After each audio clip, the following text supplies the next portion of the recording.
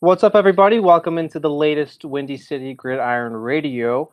And it is Cardinals week. With you, as always, is your host, Robert Zaglinski. We're going to preview that game in Arizona for the Bears with Revenge of the Birds, Blake Allen Murphy. You can follow him on Twitter at Blake Murphy7. You can't miss him. He's got a Josh Rosen avatar, so it's pretty easy to see. Blake, how are you tonight? I'm doing good, Robert. Yeah, I know it's I have a podcast that I host, at least going over the cards. And while I may have the Josh Rosen avatar, my co-host has the anti-Sam Bradford avatar with a big X in the middle of it for that one. So that kind of seems to describe most of the story in Arizona right now. Yeah, that's I was gonna get into that.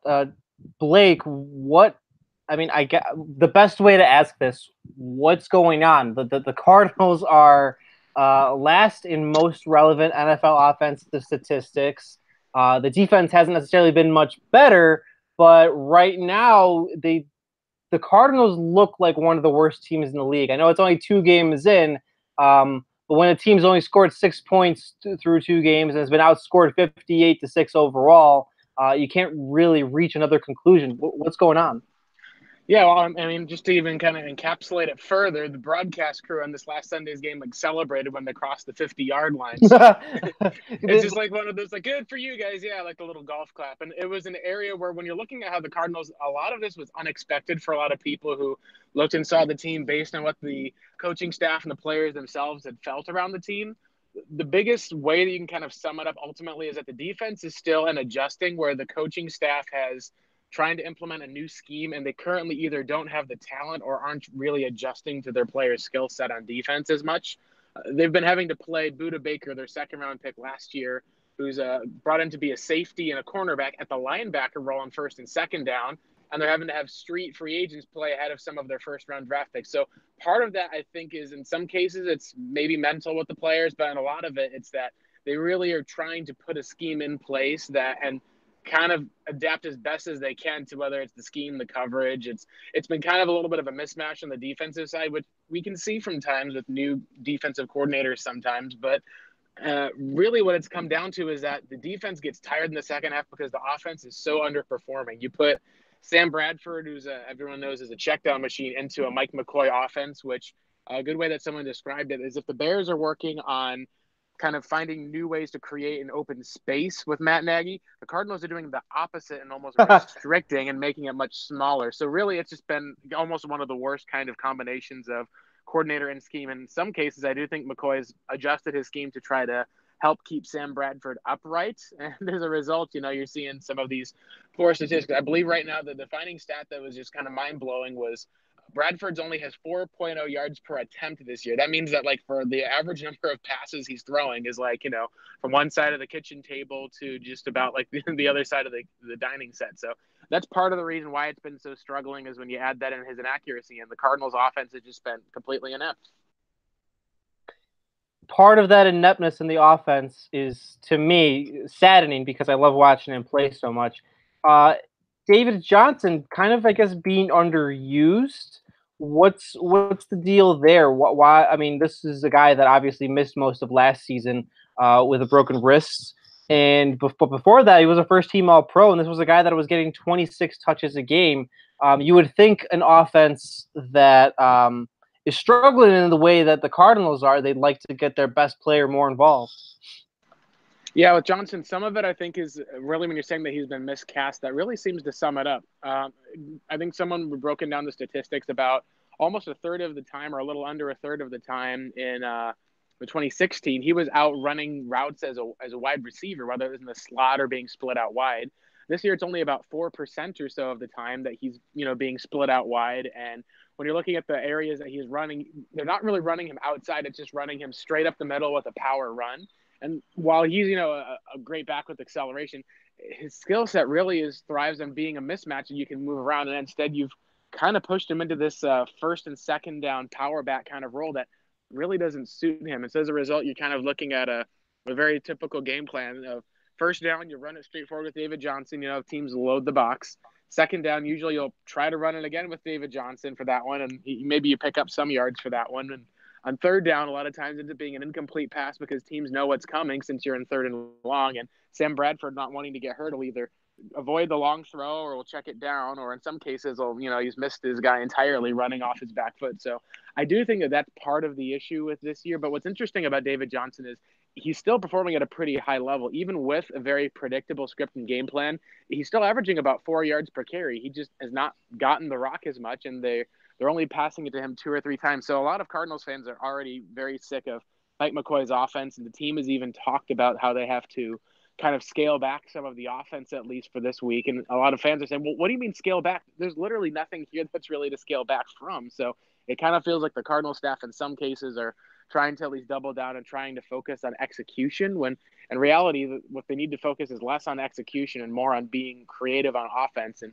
if they don't have a quarterback who's able to, take the deep throws, and, a lot of that I do think is on the fact that with Sam Bradford not going deep, you can draw more guys into the box. So overall, there might be some improvement to some new wrinkles you'll see this week. But at this point, I think it's going to be very difficult with everything that's in place to be able to see, any type of difference without some long-term change. And especially if the game script follows very much how the first couple of games did, where the Cardinals give up a score early and their offense is right now with Sam Bradford not really built to come back down from any type of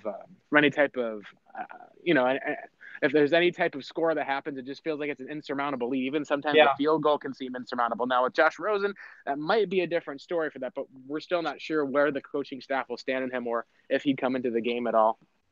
That's a nice segue. I see that the Cardinals didn't make a switch. I mean, is it going to take another poor offensive game or two to finally turn the reins over to Rosen? Unless, of course, you wanted to start Mike Glennon this Sunday, I wouldn't be opposed. I think that I think that'd be fun. But yeah, what's the timeline here? Yeah, well, it's interesting you're mentioning Glennon because he's been inactive the first 2 weeks, which is interesting because it's kind of almost counterintuitive. Some of the areas people are saying, well, I don't know if Josh Rosen's ready. It's like, well, if he's not ready, that's what you have Mike Glennon for. So I'm not sure exactly with this coaching staff if they basically are just kind of holding off on a chance to move to Rosen out of just respect for Sam Bradford. He was voted a team captain this year.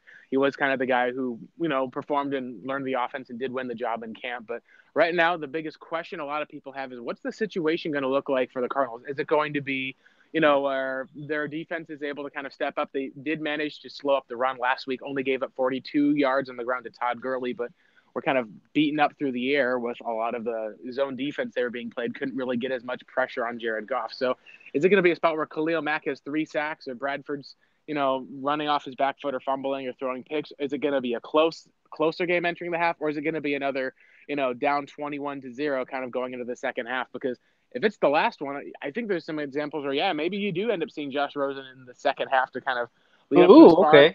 So that's one thing that's interesting. Now, the other alternative thing is if you're looking at the other side and you're saying this is a team that is not able to having all of these offensive problems, do you want to put Josh Rosen in to face Khalil Mack at least in this pressure situation where he's down and has to throw it a lot? That's the other question that a lot of fans have been wondering. So I think that it's really going to be interesting to see what this coaching staff does.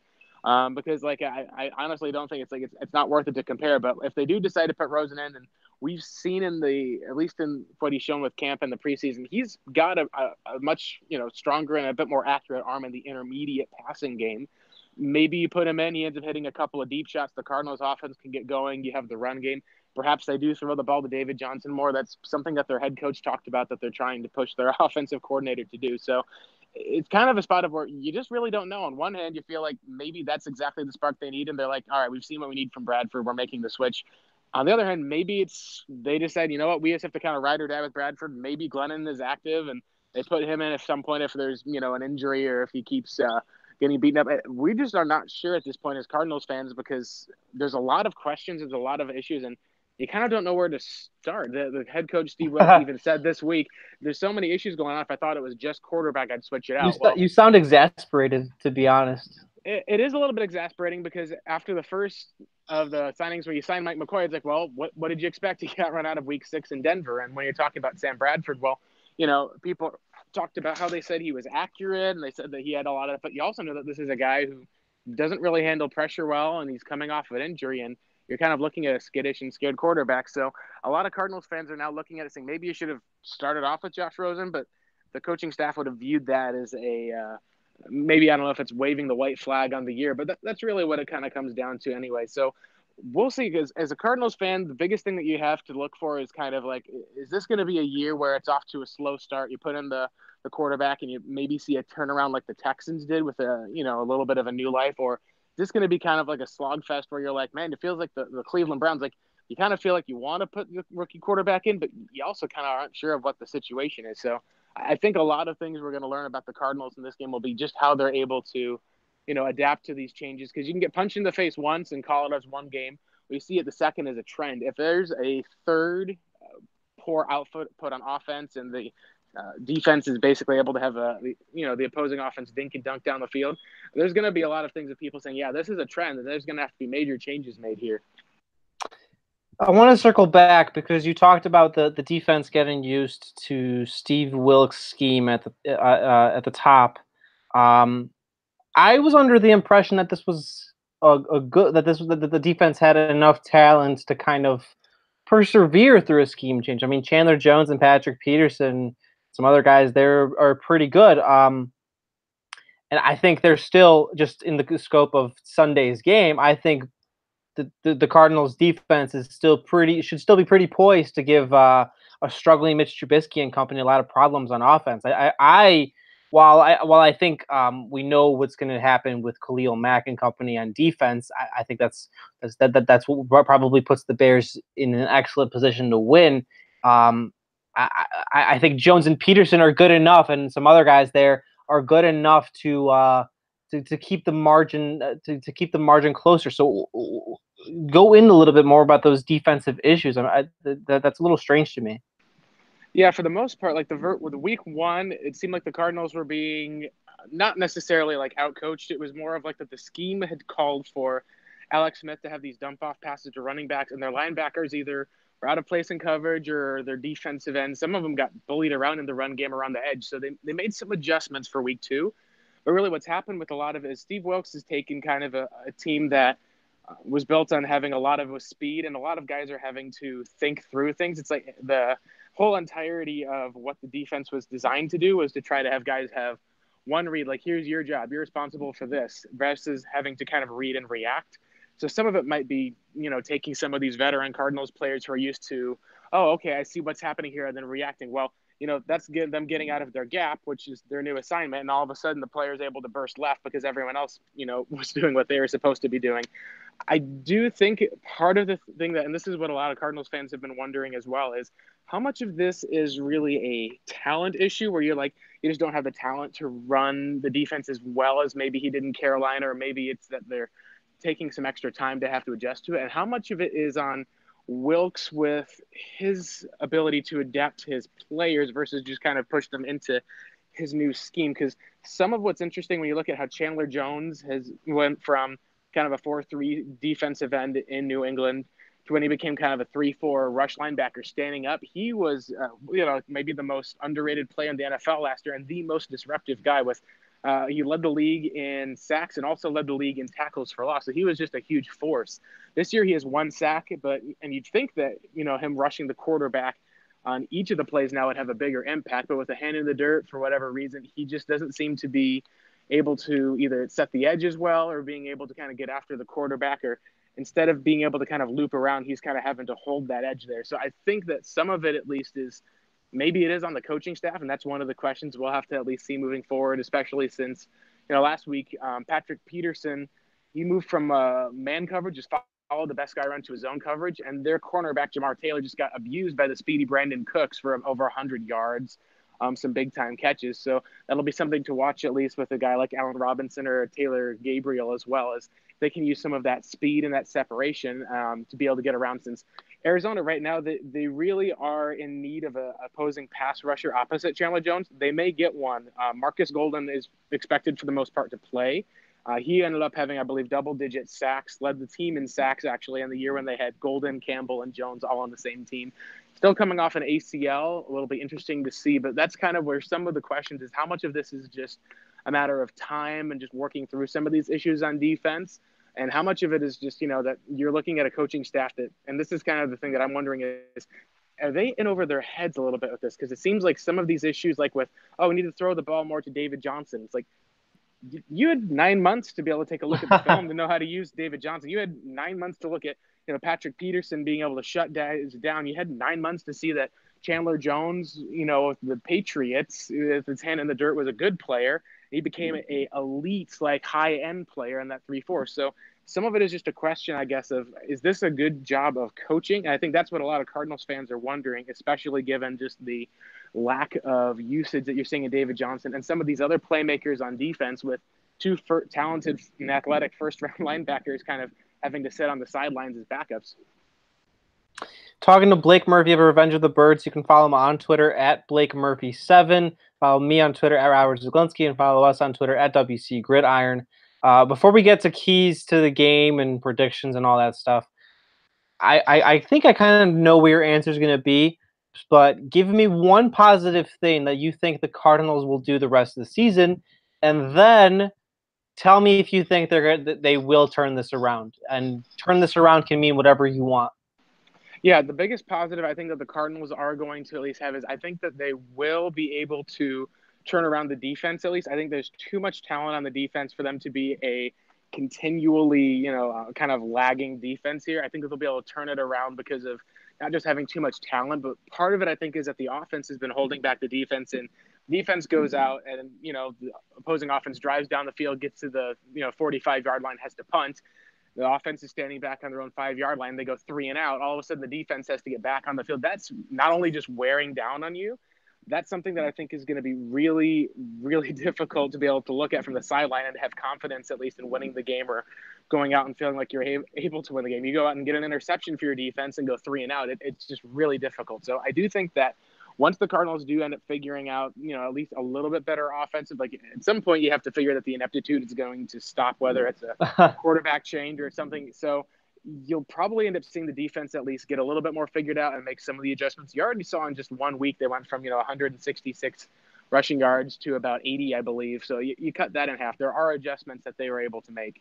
I think as far as for turning it around, that's going to be really up to, honestly, the coaching staff, because if you do make a move to Josh Rosen sooner than later, you're going to have ups and downs that'll come with that, but you are going to be able to get, I think, a lot higher amount of performance, at least out of the position, because at this point, what you're looking at right now is a quarterback who's just totally inept at the position. And once you put almost anyone back there, at least, like, I'm not saying to put like you or I back there, we'd have more yards, but it's really like one of the most terrible performances. And what's really sad about all of this, is that Larry Fitzgerald chose to come back for a year. He's got Sam Bradford, and even though he's, having to deal with all these quarterback things, Fitzgerald still is on pace for like, almost 100 catches and 1,000 yards, even in the midst of this offensive ineptitude, which is kind of crazy. So I think turning it around, if you're looking at for the team to kind of go back to where the expectations were, I came into this season looking at them at about a 6-10 record. Mm-hmm. Now, that was assuming that they won their first game against the Redskins, and that was a loss. I was also assuming they'd have a chance against the Bears. So now you're like, okay, so now you're looking at like a 3-13 season. So if you're saying that's turning it around, that's going to be a top 5 pick, a lot of questions, and team having to win right away next year. If they continue to kind of stay with what they're at, they say, it's week 4, we're not going to move to Rosen yet. They continue to kind of trot out some of these same different issues. Then you're going to probably start wondering if this is going to be a one-and-done roster. Some fans and some of the media are already kind of speculating and wondering, because it's hard to see with how tough the roster is if there are other wins on the season. And with them choosing to go with Sam Bradford for this game, it's kind of like the best way you can think of is, if you're flipping a double-headed coin and you're like, all right, I know it'll probably get tails this time. You're probably going to go in with it and getting that, expecting a different result from what we've already seen, already proven. So the Cardinals choosing to play Sam Bradford in this game, if they leave him in all game, well, you can just say congrats to the 2-1 Chicago Bears, at least for that start. If they decide to make the change, then you'll know that's going to be what they got a chance to turn it around, as they'll have to see and they'll have to adapt. Okay. The Bears offense, Blake, has success if they fill in the blank. If they can, on their first game opening script, drive down and get a touchdown, because with how this Cardinals offense is, that might be all you need at least to be able to make it kind of feel like an insurmountable lead as long as they rely That on Sam sounds so Bradford. depressing. That sounds It, so depressing. it does, but when your offense is built on, we're going to be a defensive-centric team, we're going to run the ball and try to have their quarterback be a game manager. When you're down 7-0 and it's like, oh, we can't run the ball as much to David Johnson with as much as we wanted to. I think that was the biggest thing that's killed the Cardinals is that you get down early. So what I think that it's not that it's saying, oh, it's a 7-0, that's it. The Cardinals are averaging, 3 points a game with this offense with Sam Bradford. And so if you're able to go down and get a definitive score and a touchdown, at that point, I think that you'll take a look at seeing if you can manage the game, get another touchdown for it there, maybe end up having to kick a field goal or so. The Cardinals will have to figure out exactly what they have. So outside of having to make some major changes, because of Khalil Mack being here and being a force, I think that Bradford is going to end up feeling some pressure in his face. The biggest thing of the Cardinals, I think, will be prone to do is I think that this could be a game where Chicago sees a few turnovers if they're trying to go deep. So I think that for the Bears, what they really have to do is go out there, be able to establish a balanced attack, whether it's being able to run the ball, take advantage of some of the Cardinals with the players on defense still not quite being adjusted there. And then on the other side, at least, being able to just take advantage of the passing, especially on third down. The Cardinals, I believe, I have to take a look at the stats again, but I believe that they had 5 first downs in the Rams game. 3 of them came on the very last drive of the game. So if you can keep converting first downs, keep it in short, being able to have a balanced offense, being able to drive down the field, even if you don't score a touchdown or able to either get a field goal or punt it, that really is going to be just taking up some of the clock, making the defense work for it. So that's the way that I think if I'm the Bears, what I try to go out through is come up with a game plan that really just favors Trubisky using his legs to be able to run around for some of the Cardinals, kind of, get them out of their gaps a little bit and be able to kind of just get some separation from these guys against the corners. And I think that the Bears have a really good chance of being able to be up by a touchdown or two going into the half, unless the Cardinals can figure out a way to make some major adjustments, whether it's to keep Sam Bradford confident and comfortable, or maybe it's them deciding to say, you know what, we're averaging 4 yards a carry. Let's just run the heck out of the ball and then see what'll happen at least with that. And that's against, 2 pretty strong defensive fronts in the Rams and the 49ers. They're still averaging a pretty good run. So that would be the biggest concern is if David Johnson can break off a big one, look out, because that might be just what the Cardinals offense needs. The opposite. If the Bears defense will be successful, if fill in the blank, I can kind of guess where this is going to go, but yeah, it's just applying pressure, because whether or not it's Sam Bradford or a rookie in Josh Rosen, if you can apply pressure, there's going to either be turnovers. We've already seen Sam Bradford when he's gone long. His arm just doesn't look the same, and he's turned it over. So if you can just apply consistent pressure and be able to stop the run up front, if you've got one of them, then I think that you'll be able to at least – the Cardinals' defense is so bad. If you can do one of those 2 things, Bradford might end up, throwing it away even if he's not pressured, which is unfortunate. But in the second half, if Rosen doesn't see any pressure at all, then that's going to be an interesting kind of, case for his first rookie action potentially. But the Bears aren't able to stop the run going up. If this Cardinals team can manage to maintain the clock and get the Bears off the field, maybe even drive down and see a scoring touchdown. They don't have a passing touchdown on the year, or maybe even kicking a couple of field goals. It could end up turning a game which the Bears could win handily into a long, more drawn-out affair. All right, Blake. Game picks. Let's hear it. What do you see happening in Glendale on Sunday? Yeah, so I don't think that the Cardinals are going to be as inept as they've been in the last couple of weeks, but I still am not going to say that you can even pick them at this point, especially since they're going with Bradford. Outside of any type of, miracle comeback from putting the rookie in, which is that's the expectations for that are a little bit too high, I would think, at least. Even Deshaun Watson was, with a great performance last year, even with Carson Wentz as a rookie. Those are just expectations you can't have. So what I have at least is I've got the score being 24 Bears, 10 Cardinals. I think that the Cardinals will end up going down early. I don't know if they'll get a touchdown or an early score field goal. I think that they'll make some adjustments, at least just to get the offense going in the first or second half. But unless they're able to make, again, major changes, it just is probably going to be a slog fest overall, just because of just the poor fits. And it's really hard at this point to really, trust that this coaching staff in the space of, a couple of days is able to make some of these major changes and overhauls. So I think that they will score again a second time before the end of the game, but it'll probably be at that point and maybe some garbage time, or maybe it's the rookie who's seeing some later game action. So right now I think that for the Bears, unless the Cardinals come out and shock the world and surprise a lot of their own fans and their own picks, it's probably going to be the Bears in this game is what I would imagine, especially if from what I've heard, Cardinals fans who might not even be attending the game, some are even selling some other tickets. So there's going to be a lot of Bears fans in University of Phoenix Stadium on Sunday, and that just kind of shows where this team, I think, currently is and how drastic some of these changes are needed just 2 games into a new regime. I'm sure people in Chicago will react rationally to the Bears absolutely not blowing out the Cardinals, Blake. So the Bears. Super Bowl. Yeah, exactly. That's going to be fun to deal with. Blake, I appreciate you hopping on, man. Always fun. Hopefully we can do this in the future, buddy. Thanks for taking the time.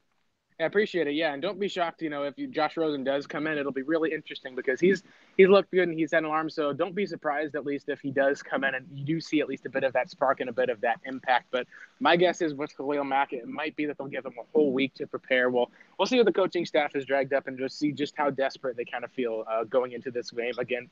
And a game which I don't think it's a must win at this point, but I think as far as for them being able to admit that they still have a season or any type of, maybe I don't know if you can say playoff, but any type of successful season to hope for. A lot of that is riding in on this game.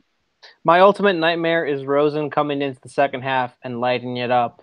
Yeah, and that would be like Twitter. again.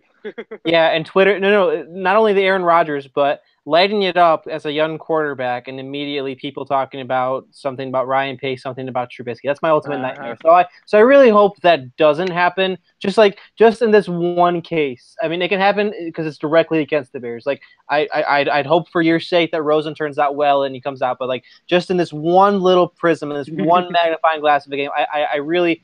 I don't know if I'll be able to withstand the tweets, Blake. I hope it doesn't happen. Yeah, well, even I'm just looking. Just got a notice on my phone. Just now, we're recording on a Thursday night, and Baker Mayfield was just coming in about halftime for Tyrod Taylor. So it's happening. The rookies are starting to come in with some of these bad teams. So we'll see if Arizona ends up following it up for that. Oh God, he is Blake Murphy. He writes for or Blake Allen Murphy. I'm saying his full name. He writes for Revenge of the Birds, SB Nation's Arizona Cardinals website. Does great work there. Follow him on Twitter at Blake Murphy7. Follow us on Twitter at WC Gridiron, and follow me on Twitter at Robert Zaglinski. As always, stay classy.